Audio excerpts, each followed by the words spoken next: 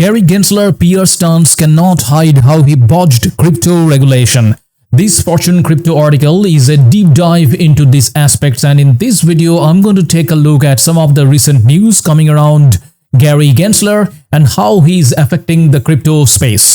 But first, let's see some others commenting on Gary Gensler in Twitter. So here Tom Emmer says, so Gary Gensler knows that FTX was fraudulent from its inception. This is egregious considering he had more meetings with Bankman-Fried than anyone in the space to discuss a crypto regulatory framework designed to benefit FTX alone.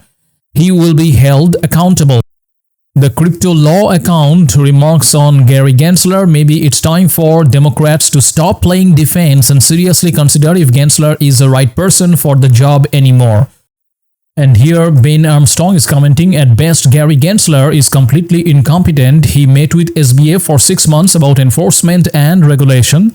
The #1 government regulator consistently met with the #1 all-time fraud in history and didn't get suspicious.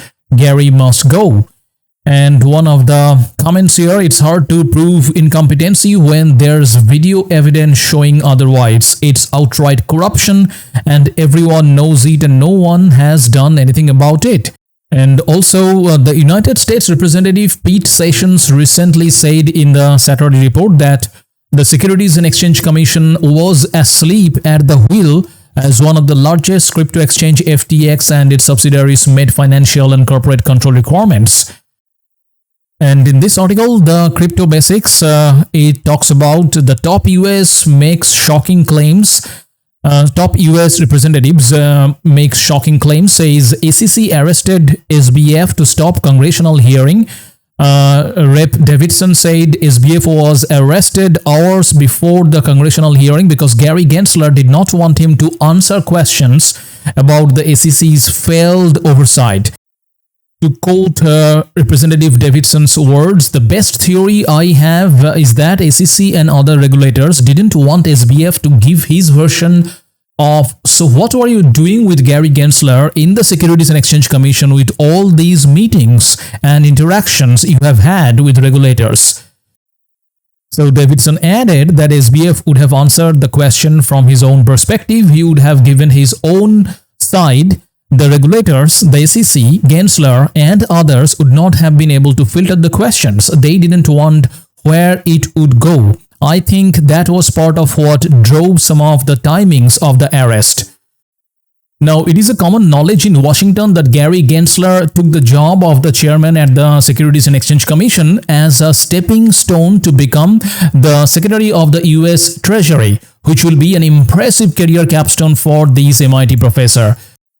But after such a gruesome year of wealth destruction under his leadership and guidance at the SEC, one must ask the question, to what degree is Mr. Gensler part of the problem, and is it at the time for him to go? And on this line, the SEC's Inspector General also issued a report that found Mr. Gensler is overwhelming staff and diverting work hours from core investor protection duties while engaging in rulemaking on matters not related to their existing enforcement authority. The report found that more SEC employees than usual are temporary and have little to no rulemaking experience under Gensler's leadership. None of these frenzy of activity at SEC has resulted in a roadmap for crypto, as BlockFi, Celsius, Three Arrows Capital, and lastly FTX all melted down, taking billions of dollars from customers while shaking innovators and investors with it. So now coming back to this article that really took a deep dive into how Gary Gensler, PR stunts cannot hide how he botched crypto regulations. So the article says the Securities and Exchange Commission sent a statement to reporters early Tuesday at 2:10 a.m. ET to be precise, to announce its charges against Sam Bankman-Fried. The timing of this email didn't make much sense since these sort of communications typically go out between 6 a.m. and 9 a.m. But it did make sense if you are familiar with the motives of Gary Gensler, the SEC's embattled chairman. It's only a guess, but the unusual timing of the email was likely an effort to preempt the Justice Department, which had announced it would unveil criminal charges against Bankman-Fried on Tuesday morning. By getting his agency's complaint out first, Gensler was presumably hoping he could soak up credit on a day when SBF was being brought to justice. Such behavior is expected from Gensler, who in October took the unusual step of making a Twitter video to announce an SEC fine against Kim Kardashian, releasing it early on a Monday morning to get the maximum publicity. The Kardashian fine involved a relatively minor crypto boondoggle from June of 2021, but it did involve an A-list celebrity, so Gensler was all over it. This media grandstanding is tiresome, but especially so given how Gensler claims to ride hard over the crypto markets, yet has repeatedly missed a series of colossal frauds, including the Terra stablecoin and the lenders Voyager and Celsius, costing investors billions of dollars in the process. And then there is FTX.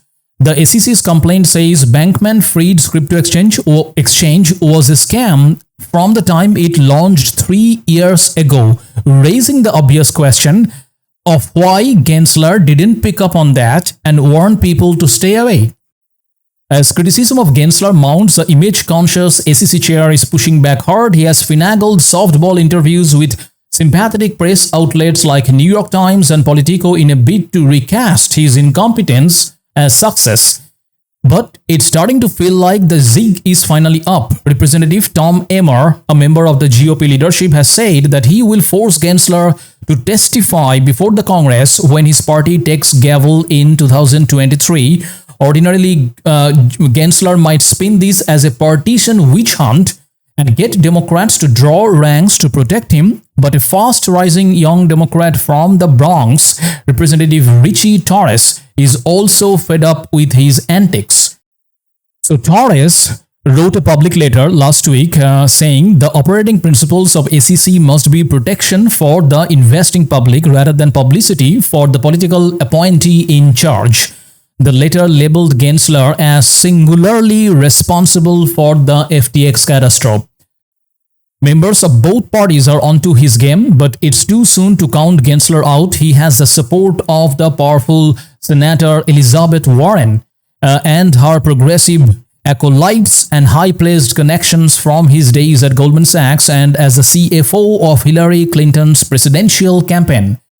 Still, it feels like just a matter of time until Gensler is forced out and the White House appoints someone to do the job he was supposed to do, which is to create a regulatory framework that, in the case of crypto, protects retail investors and allows good actors to build innovative crypto and blockchain companies on American shores. That pretty much wraps up this video. If you liked it, do smash the like button and also don't forget to subscribe. See you in the next one.